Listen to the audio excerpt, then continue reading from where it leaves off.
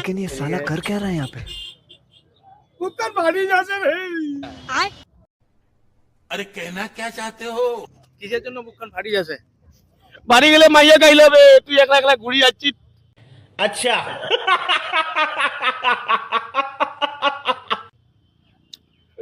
মাইয়ার বকর বকলা শুনিবার নাগিবে, মাইয়া খালি কানের সামনে ঘ্যান ঘ্যান করিবার, মোবাইলটা চেক করিবার গাইলাবে। কি যারা পুরুষ মানুষের, আমরা এখানে ধোয়া তুলসী পাতা তেজপাতা হয়ে গেছি। তোমরা শুনিতে পারিলেন।